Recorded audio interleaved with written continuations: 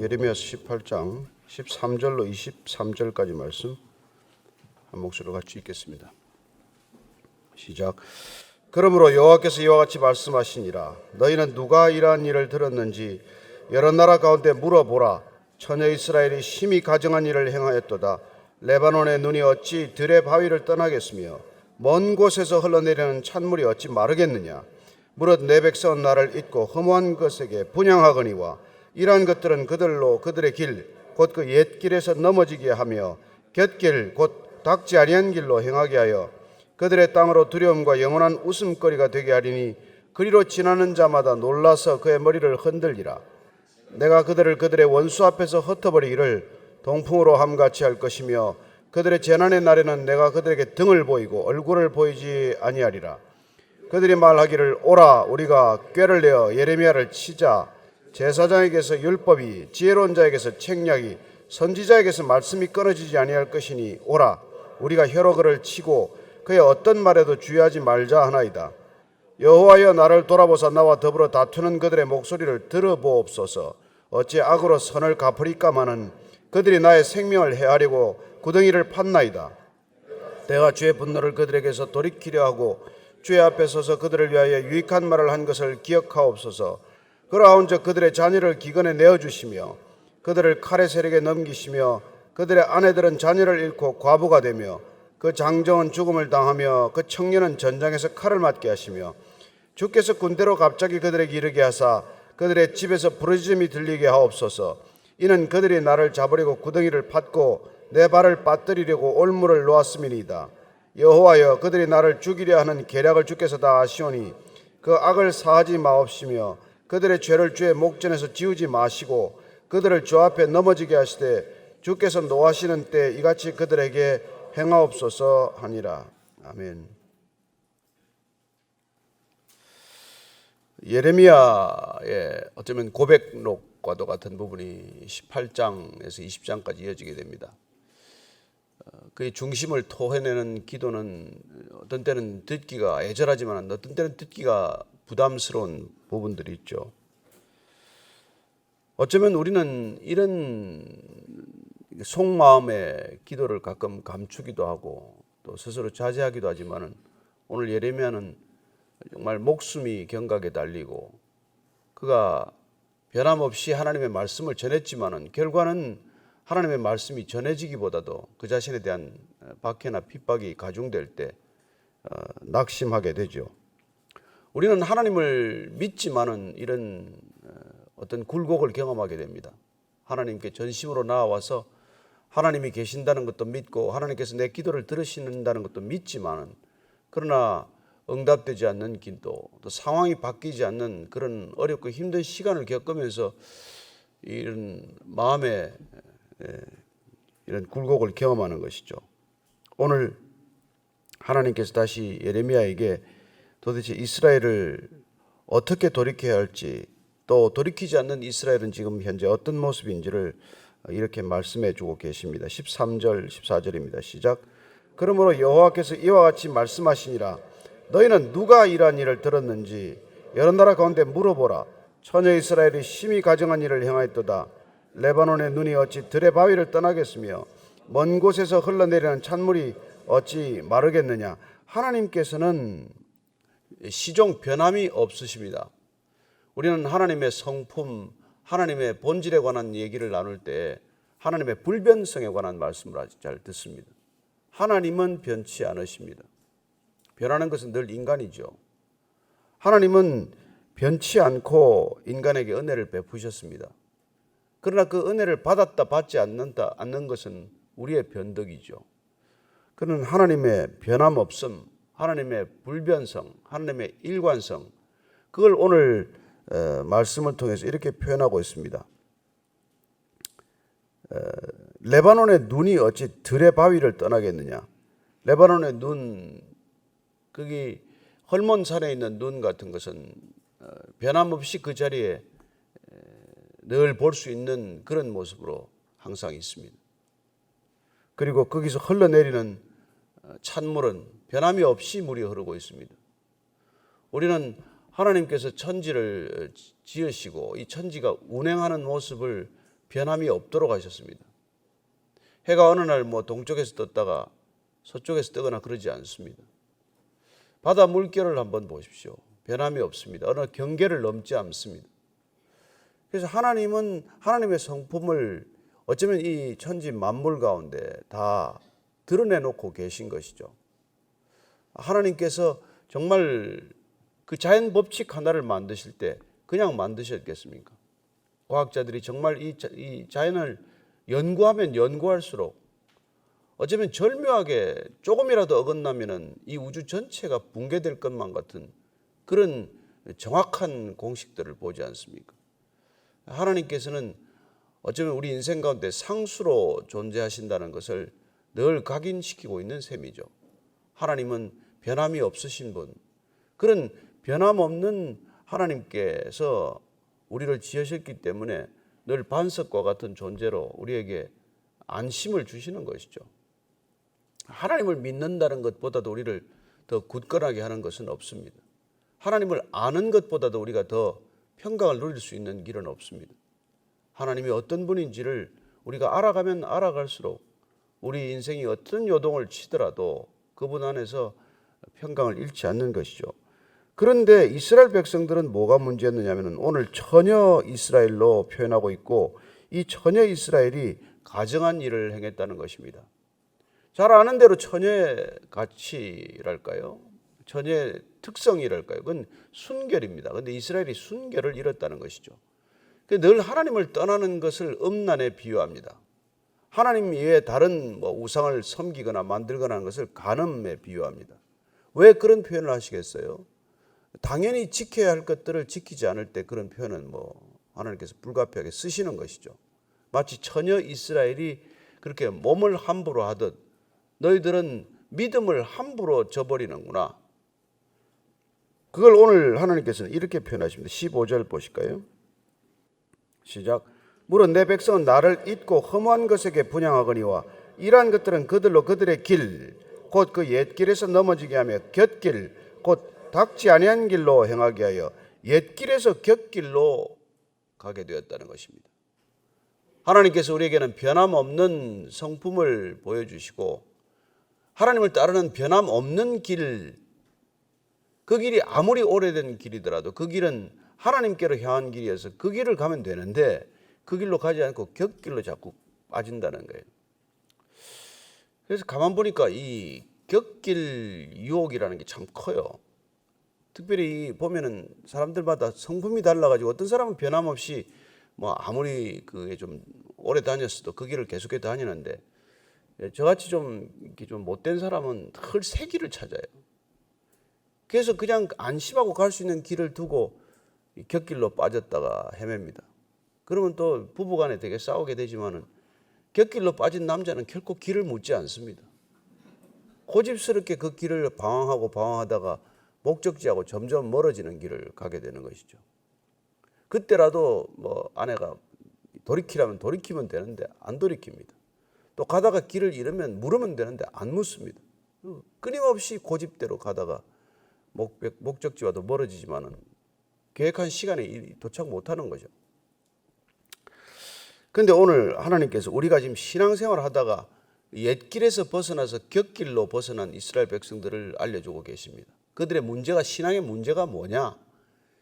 그건 선조들이 갔던 길, 조상들이 그렇게 믿음의 길을 걷고 지켰던 그 길을 가면 되는데 따르면 되는데 그 길을 안 간다는 거예요. 자꾸 곁길로 샌다는 거예요. 남편들이 보통 이게 퇴근하고 나서 곁길로 새는 게 문제 아닙니까? 집으로 가는 그 옛길을 가면 되는데 옛길을 안 가고 자꾸 곁길로 가다가 인생이 망가지는 것을 보게 됩니다. 저는 우리가 익숙한 길이지만 그 길이 옛길일지라도 하나님께서 우리를 부르신 길로 늘 가게 되기를 바랍니다. 아침이 새벽 예배 오는 것도 그래요. 정말 이게 하루 이틀 할 수 있지만 이게 1년, 2년, 10년 평생은 어렵거든요. 그러나 이게 늘 익숙한 길이지만은 이 익숙함의 가치가 사라지지 않고 익숙하기 때문에 가볍게 여기지 않고 오늘 하루가 여기서 시작되어야 한다. 이런 생각을 가진 분들 참 귀한 생각이에요. 변함없이 이 길이야말로 옛 길을 걷는 것이거든요.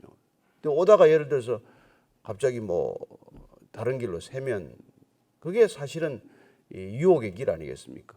그 길로 빠졌다가 영영 빠져버린 사람들이 한둘이 아니에요. 이 시간이 아깝다고 뭐 건강을 챙긴다고 말이지. 아침에 차라리 내가 조깅을 하고 말지. 하지만 헬스클럽에서 하루를 시작하지. 그렇게 하다가 괜히 더 건강해져 가지고 안 할 짓을 하는 사람을 많이 보지 않습니까? 조금 덜 건강하면 그냥 겸손하게 살 텐데 더 건강해 가지고 이제 그렇게 되는 거예요. 그래서 저는 여러분들이 이 믿음을 가져도 믿음도 마찬가지입니다. 꼭 그런 곁길로 빠지는 믿음이 있어요. 여러분 말씀이 변함이 없는 거지 우리는 불변하지 않습니다. 이렇게 말씀의 불변성을 의지하고 사는 사람은 실수를 하지 않는데 내가 마치 불변인 것처럼 사는 사람들은 반드시 실수하게 됩니다. 그래서 오랜 신앙생활 끝에 우리가 빗나가는 곁길로 빠진 걸 모르고 빠지는 거예요. 말씀이 신실하지 우리가 신실하지 않습니다. 말씀을 붙드는 그날 하루 신실하게 살 수 있는 것이지 말씀 한 번 붙들었다고 자동적으로 사라지는 게 아니라는 것입니다. 근데 우리의 믿음도 우리를 옛길에서 곁길로 빠지는 믿음을 보게 되는 것이죠. 그게 사실 무슨 설교자나 전도자나 교역자들이 가지는 그런 실수예요. 분명한 말씀, 변치 않는 말씀을 전하다가 본인 확신에 빠지는 것입니다. 여러분 하나님에 대한 확신과 자기 자신에 대한 확신은 상극이에요. 하나님을 믿으면 믿을수록 나 자신에 대한 믿음이 사라져야 합니다. 마치 세례 요한의 말처럼 예수님 당신은 흥하여야 하고 나는 쇠하여야 하겠습니다.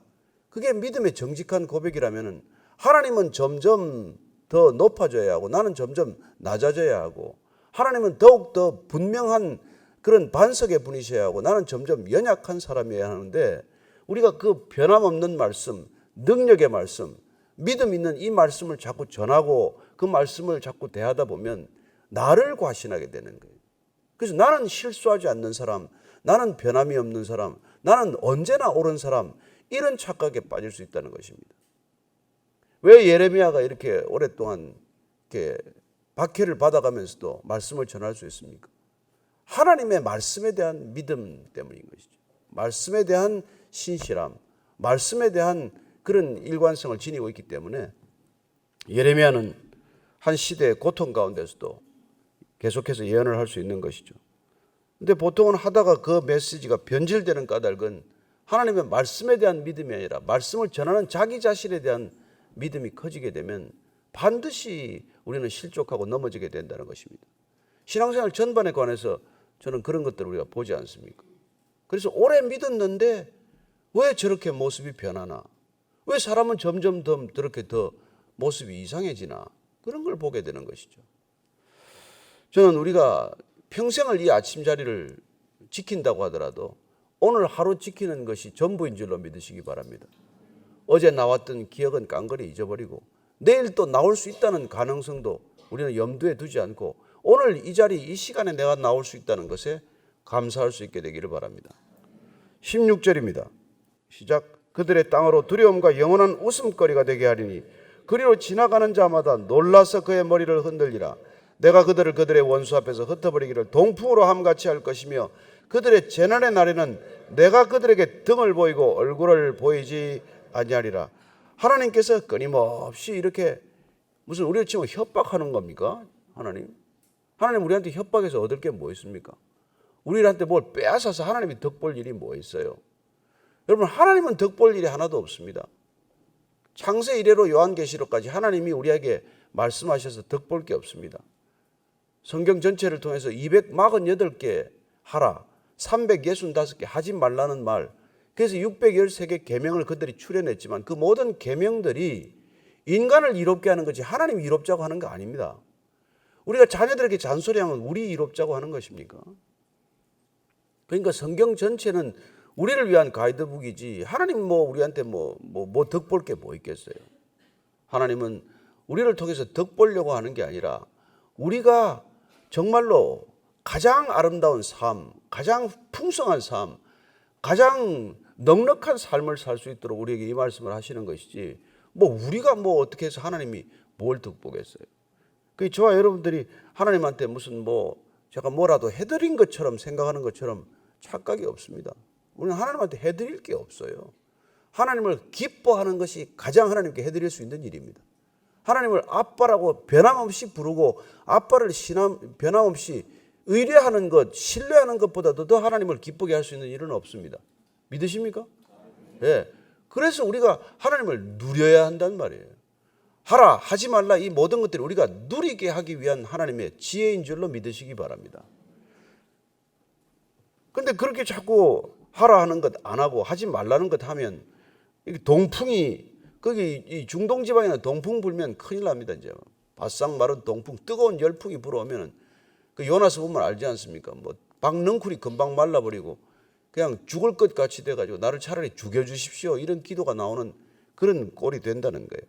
그리고 재난의 나라는 내가 그들에게 등을 보이고 얼굴을 보이지 않겠다. 하나님께서 얼굴로 우리와 맞대기를 원하신다는 것 아시기 바랍니다. 우리는 갓난 아이들하고 얼굴 맞대는 게 가장 사랑하는 방법 아닙니까? 부모의 부모됨을 확인시키기 위해서 늘 아이들하고 눈을 맞추고 얼굴을 맞대는데 이게 등을 돌리면 관계가 이제 틀어졌다는 뜻 아니에요. 저는 저와 여러분들이 늘 얼굴과 얼굴로 대면해서 볼 수 있게 되기를 바랍니다. 제가 보더라도 얼굴을 외면하지 마십시오. 예, 제가 이제 좀 늙어도 늘 얼굴을 볼 수 있게 되기를 바랍니다. 근데 그렇게 하나님의 이 변함없는 말씀, 애타는 말씀을 전했지만 예레미야는 여러분 이게 살해 위협에 시달립니다. 그게 얘기가 18절 이하예요. 시작. 그들이 말하기를 오라 우리가 꾀를 내어 예레미야를 치자. 제사장에게서 율법이 지혜로운 자에게서 책략이 선지자에게서 말씀이 끊어지지 아니할 것이니 오라 우리가 혀로 그를 치고 그의 어떤 말에도 주의하자 말자 하나이다. 여러분 바벨론에게 포로로 끌려갈 것이다. 이러다가는 나라가 망한다. 이 얘기를 자고 세면하는데 누가 좋아하겠습니까? 어느 위정자가 그 얘기를 더 좋아하겠어요? 그러니까 그들은 제사장도 있고 지혜로운 사람도 있고 선지자도 있는데 왜 예레미야 저자는 저렇게 매일 저렇게 부정적인 얘기를 하나? 그런 얘기를 듣기 좋은 사람 해주는 얘기가 그렇게 많은데 왜 저자는 저렇게 힘든 얘기를 하나? 없애버리자. 계속해서 저런 소리를 하니 나라가 망한다는 소리를 하니 하루 이틀도 아니고. 자 19절이 합니다. 시작. 여호와여 나를 돌아보사 나와 더불어 다투는 그들의 목소리를 들어보옵소서. 어찌 악으로 선을 갚으리까마는 그들이 나의 생명을 해하려고 구덩이를 팠나이다. 내가 주의 분노를 그들에게서 돌이키려 하고 주의 앞에 서서 그들을 위하여 유익한 말을 한 것을 기억하옵소서. 그러하온즉 그들의 자녀를 기근에 내어주시며 그들의 칼의 세력에 넘기시며 그들의 아내들은 자녀를 잃고 과부가 되며 그 장정은 죽음을 당하며 그 청년은 전장에서 칼을 맞게 하시며 주께서 군대로 갑자기 그들에게 이르게 하사 그들의 집에서 부르짖음이 들리게 하옵소서. 이는 그들이 나를 잡으려고 구덩이를 팠고 내 발을 빠뜨리려고 올무를 놓았음이니이다. 여호와여 그들이 나를 죽이려 하는 계략을 주께서 다 아시오니 그 악을 사하지 마옵시며 그들의 죄를 주의 목전에서 지우지 마시고 그들을 주 앞에 넘어지게 하시되 주께서 노하시는 때 이같이 그들에게 행하옵소서 하니라. 이 기도, 이 절절한 기도, 이 분노에 찬 기도는 하나님의 마음을 품었기 때문에 생긴 분노라는 것을 기억하십시오. 우리가 개인적인 감정으로 드리는 기도가 아니라는 것입니다. 하나님을 거절하고 하나님을 배반하고 하나님께로 돌이키고자 하는데도 불구하고 하나님께 돌이키지 않는 데 대한 분노라는 것입니다. 여러분 이 분노가 예수님께도 있었다는 것을 기억하십시오. 내 성전을 나의 집을 하나님의 집을 장사하는 소굴로 만들지 말아라. 신앙을 가지고 비즈니스 하지 말아라. 그 얘기 아닙니까? 그런 것에 대한 분노였다는 것입니다.